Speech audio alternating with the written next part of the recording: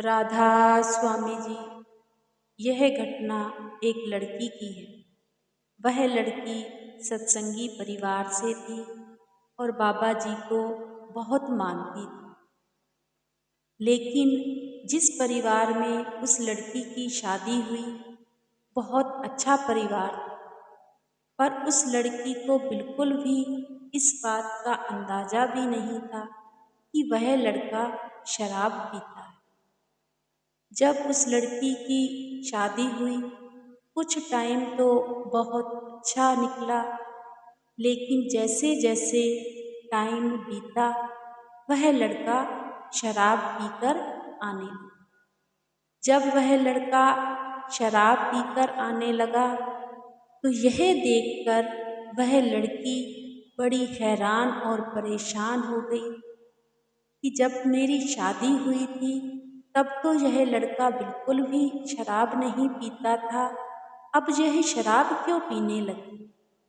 जब यह बात उसने अपने घर में अपनी सासू माँ से पूछी कि मम्मी जी, क्या ये शुरू से ही शराब पीते हैं, तो उनकी मम्मी कहने लगी कि नहीं बेटा, पहले यारों दोस्तों में कभी कभी पी लेते थे, लेकिन इसने तो छोड़ दी थी, पर पता नहीं अब क्यों पीने लगा है। अब वह लड़की बड़ी परेशान और सोचने लगी कि अब मैं इन्हें कैसे सुधारूं और क्या करूं। लेकिन जब भी वह लड़की अपने पति से यह बात कहती, तो वह लड़का बिल्कुल भी इस बात को नहीं मानता था। बस यही कहता था कि मुझे बिल्कुल भी मना मत करो, मैं शराब पीता हूँ और ऐसे ही पीऊँगा। अब दिन ब दिन उन दोनों में लड़ाई झगड़ा भी होने लगा। अब उसकी दिन ब दिन ड्रिंक भी बढ़ती जा रही थी। अब जब ऐसे ही काफ़ी टाइम निकल चुका था, तो एक दिन वह जो लड़की थी अपने ध्यान पर बैठी हुई थी। रात काफ़ी हुई थी, वह लड़का अभी तक भी घर पर नहीं आया। तो वह सोचने लगी मैं अपने मालिक के ध्यान में बैठ जाती हूँ। जब वह अपने मालिक के ध्यान में बैठी हुई थी, तभी वह लड़का आया और उसने उस लड़की को आवाज़ नहीं दी। उस लड़की के सीधे बाल ही पकड़े और उस लड़की को नीचे गिरा दिया। यह चीज़ देखकर वह लड़की रोने लगी और बड़ी परेशान हुई कि मैंने तो इनसे कुछ कहा भी नहीं है और मुझे इन्होंने ऐसे क्यों मारा। जब उन्होंने लड़की उस लड़के से कुछ कहने लगी, तो लड़का आगे से गलत बोलने लगा। अब ऐसे ही काफ़ी दिन निकलते गए। जब भी वह लड़का रात को शराब पीकर आता था, ऐसे ही उस लड़की के बाल पकड़कर उसको नीचे गिरा देता था। एक दिन ऐसे ही जब वह लड़की ध्यान पर बैठी, तो लड़के ने फिर वैसे ही किया। उस दिन लड़की को काफ़ी चोट आई। जब लड़की को चोट आई, तो लड़की कहने लगी कि आप मेरे साथ ऐसे मत किया करो। और लड़की रो भी बहुत रही थी कि मालिक सब देखता है। तो वह लड़का कहने लगा कि तेरा मालिक क्या देखेगा, इतने दिन से मैं तुझे मारता हूँ, आप अभी तक तो तेरे मालिक ने देखा नहीं है, मुझे कोई नहीं देख सकता। तेरा मालिक मुझ जैसे इंसान से तो बचा नहीं सकता, तो वह काल से क्या बचाएगा। तो वह लड़की कहने लगी कि आप ऐसी बातें मत किया कीजिए, कभी भी सतगुरु को बुरे लफ्ज नहीं बोलना चाहिए। पर वह लड़का तो अब शराब ही इतनी पीता था कि उसकी बुद्धि भी काम नहीं करती थी। अब ऐसे ही टाइम बीतता गया। अब एक दिन तो ऐसा आया कि वह लड़का काफ़ी रात हो गई, रात के 12-1 बज गए और वह अपने यारों दोस्तों के साथ शराब पी रहा था। अब लड़की घर पर परेशान, तो सोचने लगी कि पता नहीं क्यों नहीं आया। अब उसको इस बात का तो पता ही था कि वह शराब बहुत पीता है, चला गया होगा कहीं पर लड़कों के साथ और वह लड़की अपने ध्यान पर बैठी हुई। अब उधर वह लड़का अपने यारों दोस्तों के साथ खूब शराब पी रहा था। अब उसके यार दोस्त उस लड़के से कहने लगे कि काफ़ी टाइम हो गया है भाई, 1-2 बजे का टाइम हो गया है, अब हमें घर चलना चाहिए। वह लड़का कहने लगा कि अभी मैं नहीं जाऊँगा, ऐसे करो आप लोग चले जाओ, मैं अभी रुक कर आऊँगा। अब जो उसके साथी थे वह उस लड़के से कहने लगे कि तूने शराब बहुत पी ली है, हम तुझे ऐसे छोड़कर नहीं जाएंगे, तुम हमारे साथ चलो। वह लड़का कहने लगा कि मैं नहीं जाऊंगा, जब मैंने एक बार कह दिया है कि मैं तुम्हारे साथ अब नहीं जाऊंगा, मुझे अकेला छोड़कर चले जाओ। अब जो साथी थे अब वह कहने लगे कि यह मान तो रहा नहीं है, हम अपने अपने घर चले जाते हैं। अब जो उसके साथी थे वह वहाँ से चले गए। अब लड़का वहाँ पर 1-2 बजे का टाइम और वह अकेले ही शराब पिए जा रहा। शराब उसने इतनी पी ली थी कि उसे बिल्कुल भी सुध बुध अपनी भूल चुका था। अब जब वह अपनी बाइक लेकर वहाँ से निकला और जैसे ही वह लड़का रोड पर चढ़ा तो आगे से एक ट्रक आया। अब ट्रक इतनी तेजी में था और लड़के ने भी इतनी शराब पी हुई थी कि उसे आगे से कुछ दिख ही नहीं रहा था। अब वह जो ट्रक वाला था उस लड़के को टक्कर मार के चला गया। अब ट्रक वाला तो वहाँ से चला गया, लेकिन वह बाइक समेत ही लड़का एक खेत में जा गिरा। जब वह वहाँ खेत में जा गिरा तो उस लड़के को काफ़ी चोटें आई। अब वहाँ पर वह लड़का, उसको कुछ समझ में नहीं आ रहा था, उसे थोड़ी थोड़ी उसकी आंखें खुली थी और उसने बस यही कह रहा था, मुझे बचाओ, मुझे बचाओ। तो यह कहते हुए जब वह लड़का कह ही रहा था कि क्या देखता है, थोड़ी ही दूर वहाँ एक सरदार जी बैठे हुए होते हैं। वह अपने खेत में बैठे हुए होते हैं। तो वह लड़का सोचता है कि क्यों ना मैं इस सरदार जी को बुलाऊं। जब वह लड़का जोर जोर से मतलब घूमने लगा और घबराने लगा और उस सरदार जी को आवाज़ लगाई, मुझे बचाओ, मुझे बचाओ। सरदार जी ने आवाज़ सुन ली और सरदार जी उस भाई के पास आ गए। जब उस भाई के पास आ गए और उस भाई से कहने लगे कि जब तू अपनी वाइफ को मारता था तो एक ही बात कहता था कि तुझे कौन बचाएगा। उसे बचाने वाला तो उसका मालिक है, पर आज तुझे कौन बचाएगा। जब यह बात उस सरदार जी के मुंह से उस लड़के ने सुनी तो लड़के का ध्यान एकदम से उस सरदार जी के चेहरे पर पड़ा। जब सरदार जी के चेहरे पर पड़ा तो उसे बिल्कुल भी होश नहीं रही और वह लड़का तभी ही बेहोश हो गया।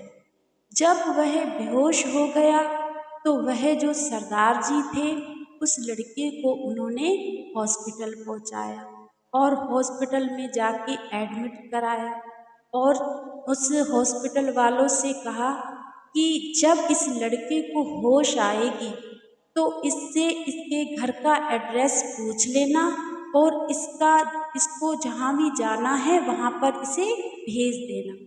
अब 24 घंटे हो गए लेकिन उस लड़के को होश नहीं आया।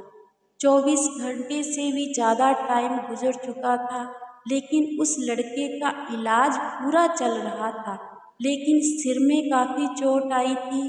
उसका जिस हाथ से वह लड़का अपनी वाइफ के बाल को खींचता था, अपनी वाइफ को मारता पीटता था, वह हाथ बिल्कुल ही टूट चुका था और उसका हाथ भी काम नहीं कर रहा था।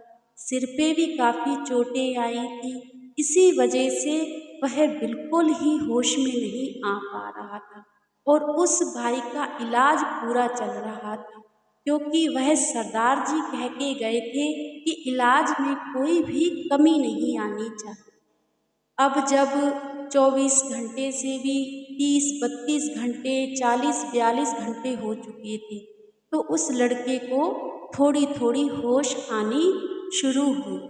जब होश आनी शुरू हुई, तो डॉक्टर भी इसी चीज़ का इंतज़ार कर रहे थे कि कब इस लड़के को होश आए और हम पूछें कि भाई तू कहाँ का है?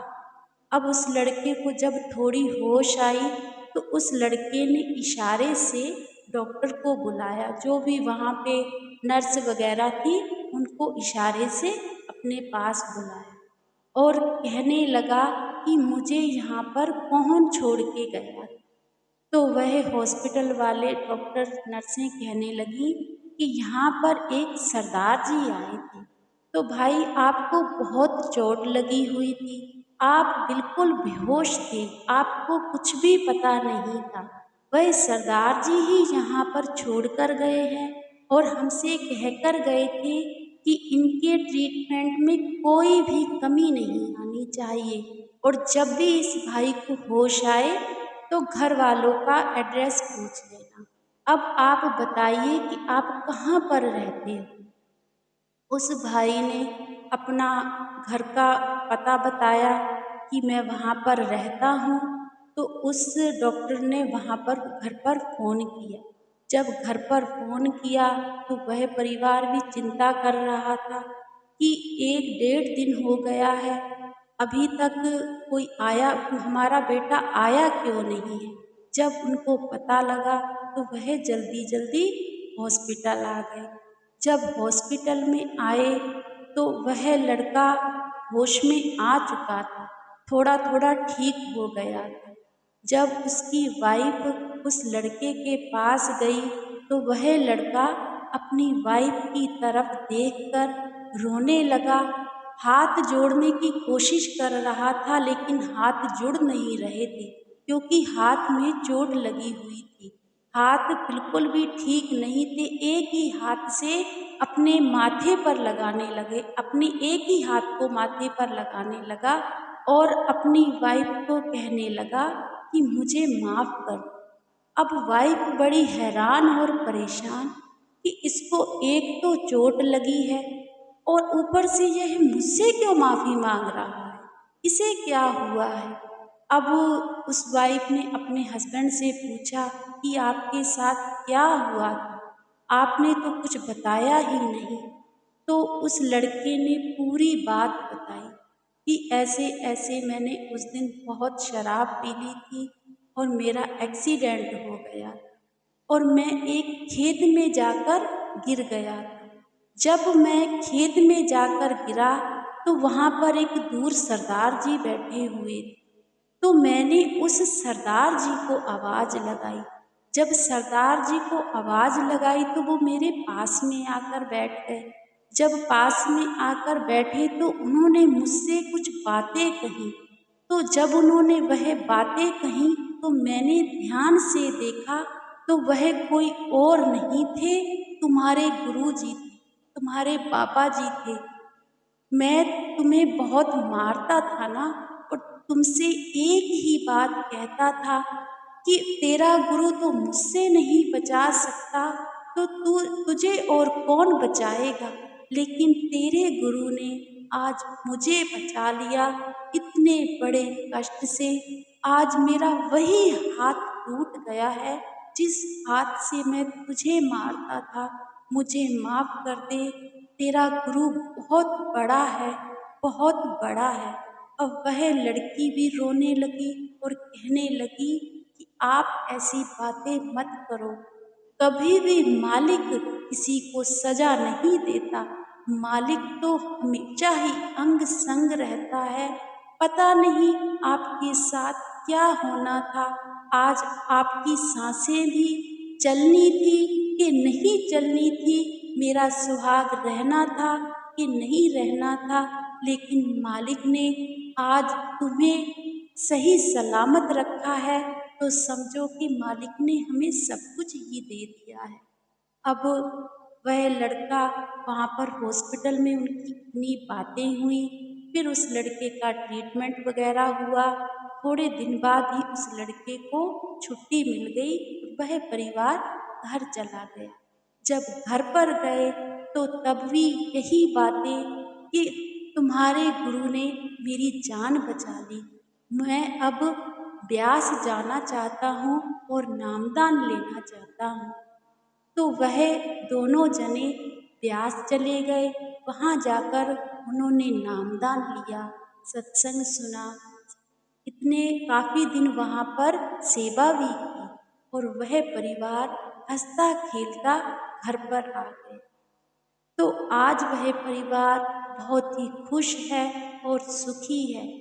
तो साध संगत जी, यह घटना सुनाने का हमारा सिर्फ इतना ही मकसद होता है कि हम सोचते हैं कई बार कि पता नहीं हम हमारे साथ गुरु ने शायद गलत किया है, या हम कोई भी हमारे पे कष्ट आ जाता है तो हम सोचते हैं कि हमारे साथ बुरा हुआ है, लेकिन हमारे साथ कभी भी बुरा नहीं होता। जो उसकी रूहें हैं वह चाहे कैसी भी हैं, जिसको मालिक ने खींचना है, जिसको उसने नामदान बख्शना है, जिसका जो उसकी रूहें हैं वह कहीं भी नहीं जा सकती। वो घसवट्टी लगवा लगवा के उसको अपने पास बुला ही लेता है, वह चाहे कैसा भी क्यों ना हो। तो यह घटना अगर आपको अच्छी लगी हो तो लाइक ज़रूर कीजिएगा। राधा स्वामी।